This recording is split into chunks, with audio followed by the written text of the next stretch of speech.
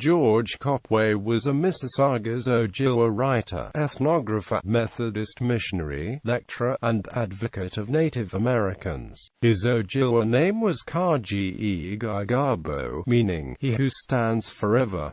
In 1847 he published a memoir about his life and time as a missionary. This work made him Canada's first literary celebrity in the United States. Biography. Copway was born near Trenton, Ontario, into a traditional Ojibwa family. His father, John Copway, was a Mississaugas chief and medicine man. His parents converted to Methodism in 1827.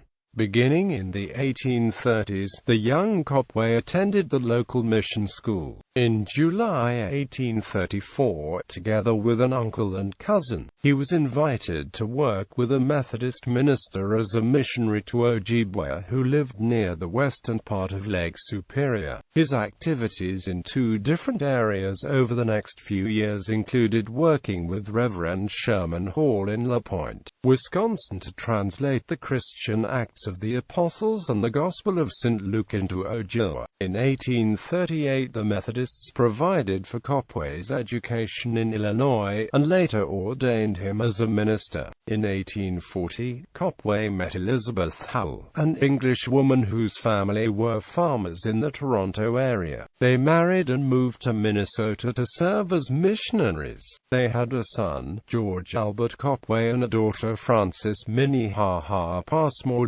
During the marriage, the couple later returned to Canada in 1842, where Copway served as a missionary for the Saugeen and Rice Lake bands of the Ojibwa. He was elected vice president of the Ojibwa General Council. In 1846, he was accused and convicted of embezzlement by the Indian Department. Because of this, he was defrocked by the Methodists. The Copways moved to New York City, where he wrote and published a memoir, The Life, History and Travels of Kah-Ge-Ga-Gah-Bowh. It was the first book published by a Canadian First Nations person.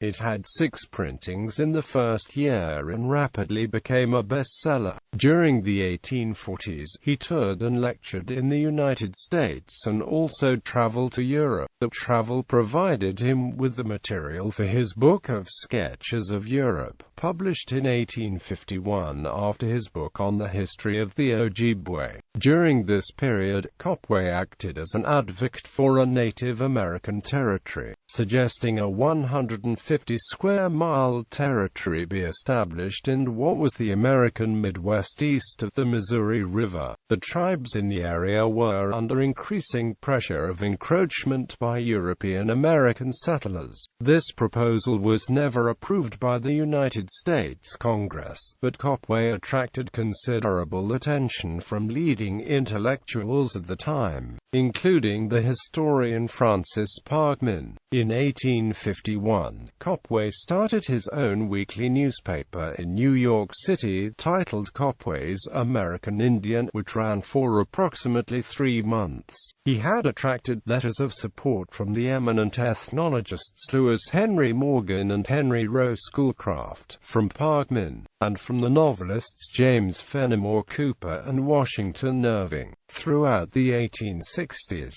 Copway left his family and traveled throughout New York and Michigan as a herbalist, street healer, and a Union Army recruiter. Copway died in 1869 in Ypsilanti, Michigan.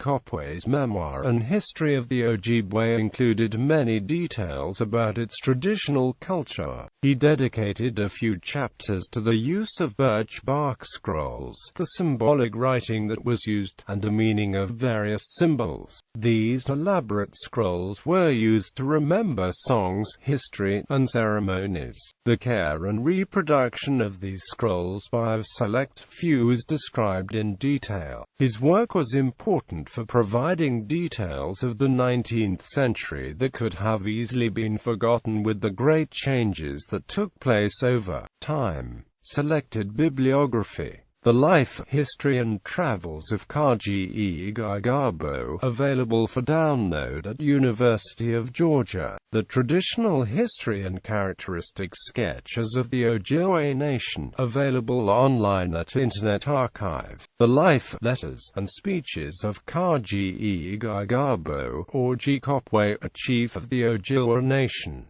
Ojibwa Conquest, organization of a new Indian territory east of the Missouri River, running sketches of men and places in England, France, Germany, Belgium, and Scotland, available online at Internet Archive. Indian Life and Indian History.